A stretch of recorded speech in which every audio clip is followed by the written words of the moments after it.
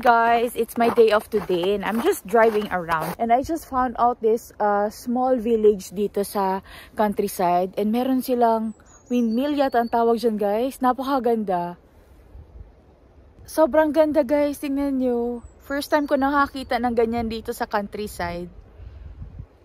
Actually, malayo-layo na to sa amin. This is about 30 to 45 minutes drive. Nagda-drive lang ako guys, pampawala lang ng stress.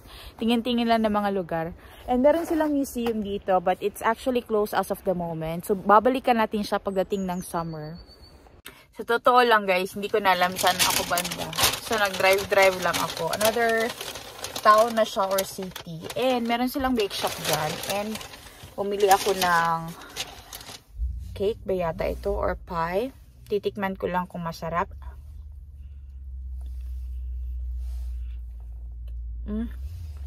Para siyang pie. Na parang cake, hindi ko maintindihan. Meron siyang tawag nito, rahaka or yung curd na topping. Pag matukan ko, ano ba ko pantulak. Sarap guys. Ganito lang isa sa mga ginagawa ko dito kapag bored ako. Drive lang ako kung saan. Hindi naman sobrang malayo talaga kasi takot din ako mawala. Pero meron naman tayong Google Maps, diba? One of the reason na nag-driving ako today guys was trying to check places kung saan yung mga dumpster places dito. Just to tell you na mahirap talaga dito sa amin. It's not like in Helsinki and ibigay na natin yung corona na yun para kay Queenie and Karya, diba? I'm not really gonna be doing that dumpster diving kasi hindi ko talaga yan siya forte. Wala talaga yan dito sa amin sa countryside. I'm more than happy and it's enough for us na nakakabili kami doon talaga sa Havikiro Wakapaika. So bago pa talaga ako matukan doon sa aking pan na cake na pan na hindi ko talaga maintindihan siya guys kung ano yun. Pero masarap naman siya. Meron siyang rahaka or yung curd. Ito, nakakalahati na ako. Bumili ako ng pangtulak guys. Kaya warang natukan na jud ko as in. Itong town pala na to guys is Tervakoski siya. Maliit lang siya. Meron silang S-Market and K-Market. Chinek yung kanilang K-Market. And wala silang dumpster place dito talaga guys. Mahirap talaga dito sa amin sa countryside. Iba talaga yun doon sa mga malalaking cities. Yung mga malalapit dito sa amin is maliliit lang sila na town or mga maliliit lang siya na city guys. Or parang Kula lang siya. Parang village, mga ganun lang siya ba. Pero meron pa rin mga stores. Pero wala talagang chance for that dumpster diving dito sa amin. And hindi ko na ipipilit ang sarili ko dyan.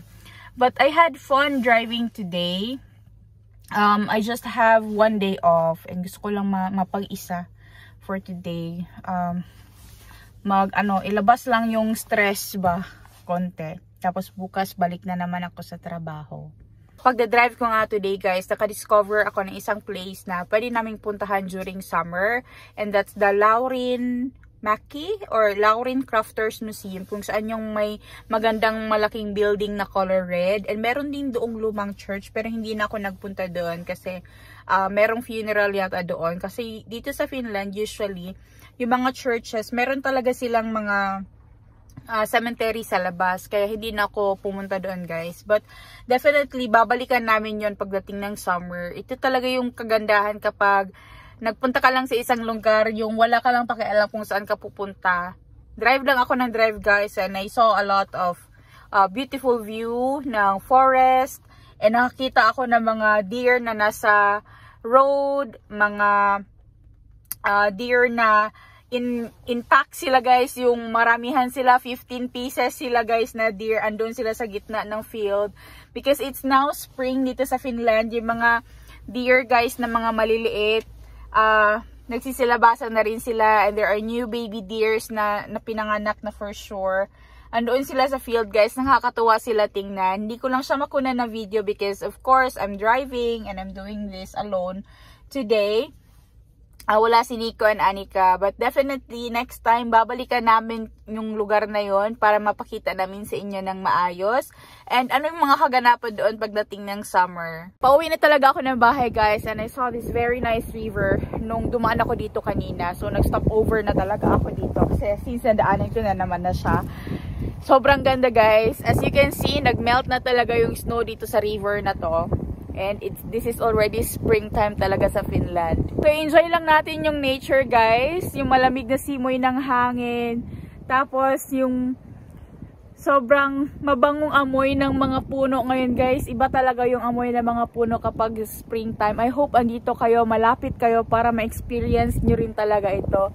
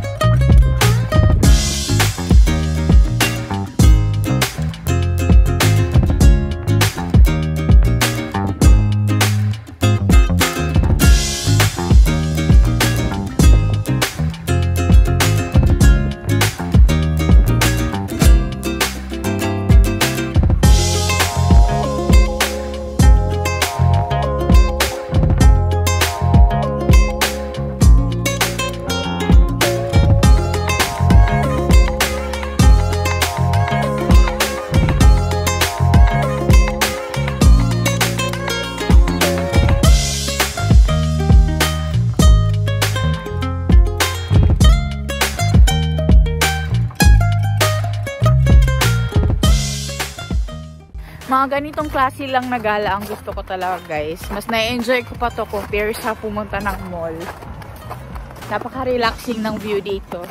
Nakauwi na nga ako ng bahay, guys. And kasama ko na ngayon si Nico. Tapos na rin kami nag-lunch. So, meron sa Roscalava na free na chair. So, kukunin natin yun. Kasi, ibibigay natin doon sa mga kapitbahay ko na Pilipino, guys. Instead na bumili sila ng mga gamit-gamit nila, maghanap na lang sa mga ukay-ukay or sa mga free na pinamimigay dito malapit sa amin. So, merong isang chair na libre. Kukunin natin to.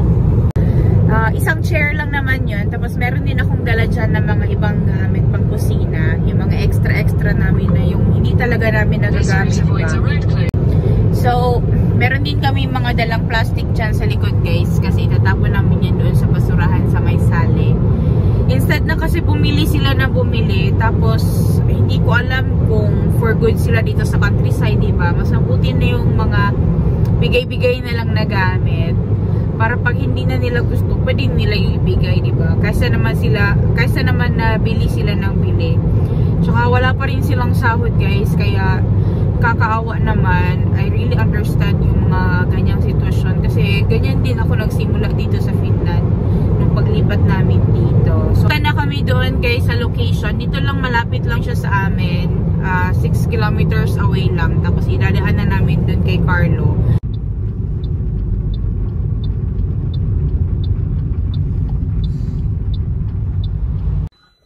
So, andito na kami, guys, sa location. Dito lang to, malapit lang to sa amin, guys. Sa amin, Koski din ito.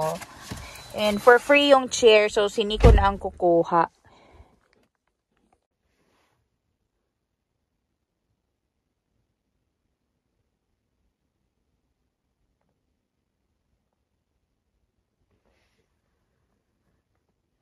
So, yan na yung isang chair, guys. For free yan, diba? At least, meron silang magamit, maupuan.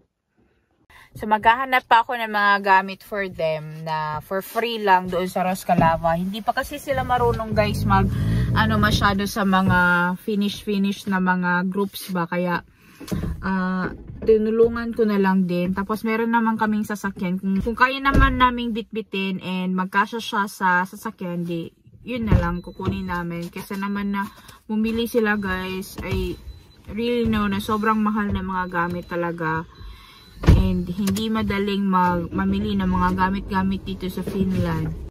So tawagan ko si Carlo guys, inform ko siya na Carlo! Saan ka? Ito pa, labas ka lang. Kasi nag-usap pa kami ng phone mo. Palabas na ako. Okay. Saan ka ba? Nakalabas ka na? Ito, palabas na.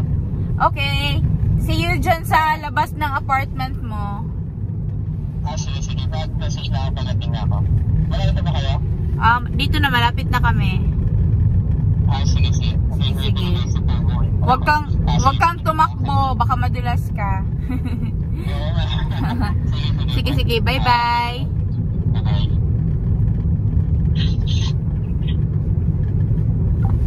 So yun na guys, hintayin lang natin si Carlo na dumating. Palabas na siya ng Attendo. Malapit lang naman yung workplace niya. It's just that hindi kami makadaan papunta dun sa kabila kasi nga under construction pa yung bridge. So maybe daddy, let's just throw the garbage first. Hanap via tulos. Yo. So while waiting kay Carlo guys, magtatapon muna kami dito ng basura para hindi masayang yung oras. Kasi maglalakad pa yun siya ng mga about 5 to 10 minutes. Wow, dito na si Carlo guys. Hello po. Hi, how are you? This is introduce yourself, Suwamexi. I know little only. Maulin Carlos. Yeah. Hanon Carlos. Hanon Carlos. Olen Carlos. Olen? Maulen Carlos. I forgot now. Chuskettelen Awa-Awastaya. Attendo la, yo. Yo, pinag-grocery ka ng boss mo for free. Wow, that's nice.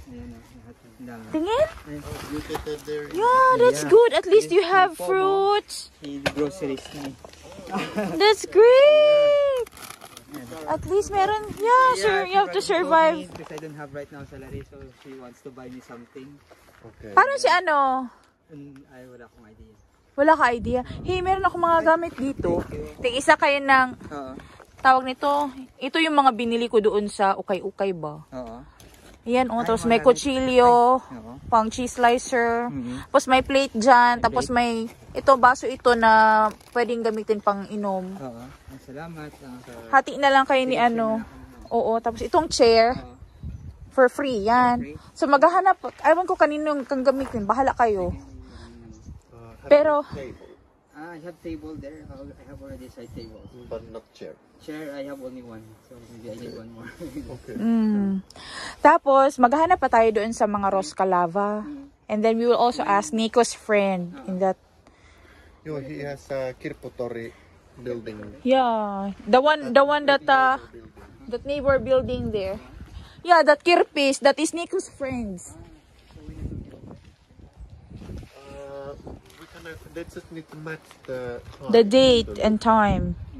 It's not open now. So Yeah, because it's already closed, but he has a lot of stuffs there inside that building. But I don't know when you guys are free, and then he is also free. Then we can meet tomorrow. And this woman na daddy. I'm not here. Tatukushu. Tatukushu. Daddy, okay. That's what I'm sitting. Yeah. Maybe next time.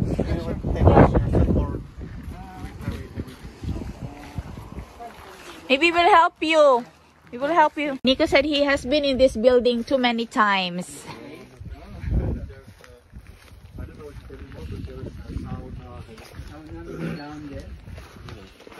So dito nakatira si Carlo guys. Dito din nakatira yung mga dating Pilipino. Yan yung kwarto ni Desiree oh. Pero wala na sila dyan ngayon. Nasa Helsinki na si Des. Pero may problem kasi yan dyan sa baba. So pasok tayo dito sa loob. Itong building na to guys, napakaluma na ito. Ito yung old na pharmacy dito sa Hämeenkoski. Guys, ito yung kwarto ni Carlo. Ganito nagsisimula ang mga student dito sa Finland. So how about this bed? Did you buy this? Yeah, we buy this from Silk Road. How much is this? I don't know, but it's total like 349 euros. 349 euros. These things, Everything kitchen's here. Oh, you have a kitchen. I have a kitchen here, but it's a little bit messy. So It's okay. Carlo just came from work, so guys. this is also from At least meron ka ng mga gamit pala. This is from my Pomo. She gave me this one. That's She very gave for me. good. Yeah. I think I have received At least for basic. For basic, yeah. Basic needs important. Ni. That's very basic. Nothing really fancy. Carlo, you open your window sometimes when you, especially now, you need to open the window. So you have good air ventilation. Yeah, it smells a little bit weird. Maybe because this room has been empty for a very long time. No one has stayed here. That's the reason. So every day, just open it for like 30 minutes and then close. At least you get like fresh air. We also do that at home. Or during, especially now that it's springtime. This is very good. You have this, so it's covered. in Finland we have a very bright summer because we have a few hours dark. Yeah. I cannot sleep. Yeah. In the summertime, it will be like until 10, 11, 12. There's a sun. It's still bright. And then the sunrise will be like 3 or 4. Yeah, so we need to find, we need to find you guys something like a blackout window, blackout curtain, the dark one. Let's try to look that one. I think I have. Kailangan ko pang halukayin yung mga gamit ko. Sobrang daming gamit sa bahay. Hindi pa naayos. Nikula. Kirpituris, yeah.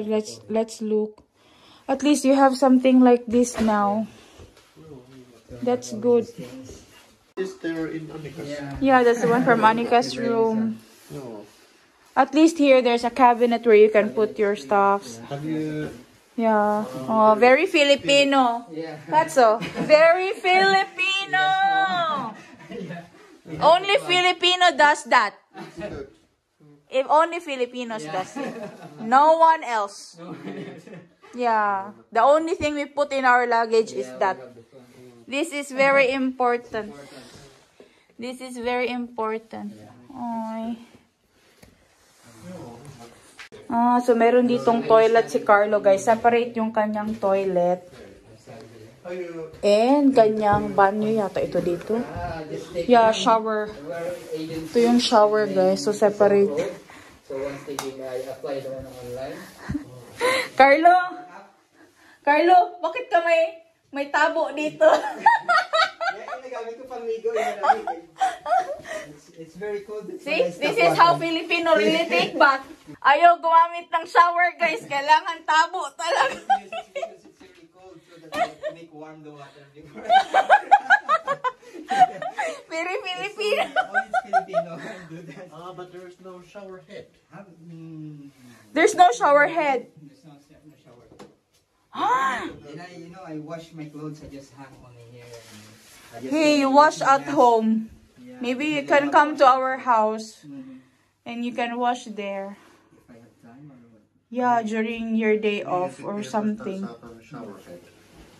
Let's look a shower head for Carlo, guys. Wala pa lang siya shower head. Kaya pala, sorry. Yeah, pala. And you know, this is the one. Yeah, you pick up some fruits. This is where we get, when you put the berries, or in the sauna for Lolo. But for Carlo, this is for shower. Yeah, they have. You know how we take shower in Philippines? It's like this. You turn on the water. And then the water goes there. Like yeah. There is no like a shower. No. No, we don't have shower in Philippines usually. Only rich people have those. We are not rich. So this is like a very traditional. Yeah. If we go to Philippines, I will just let you do like this. Yeah, if you go visit there. We have a small panky. You can sit here and then have a shower. But actually, it's very... So yun guys, natid na namin kay Carlo yung mga gamit na binigay namin sa kanya. Sila na bahala maghati-hati nun. Pero kung meron pa akong makita sa mga Ross Calava guys, or yung sa mga group na kung saan tinatapunan nila yung mga gamit, try natin na kunin yun para mabigay sa kanila kasi kailangan talaga nila yun ngayon. Kahit na luma, basta pwede pa namang magamit. Okay, okay pa talaga yan. And we will check our house kung meron pa yung mga gamit ni Lola doon sa taas. Kasi sa second floor ng bahay guys, meron kasi yung attic doon. Marami pa yung gamit si Lola. Kaya try natin kung meron pa pwede doon na pwede ipamigay sa kanila na magamit nila dyan ba. Pero okay naman, at least meron siyang titirahan. Yun talaga isa sa mga importante dito. You will have a shed. Kasi nga, hindi pwede na nasa kalsada ka guys. Or mag-camping ka dito kasi winter, malamig dito. But anyways, let's hope na magiging okay lahat. And it was nice na yung boss nila dyan guys is napakabait din talaga.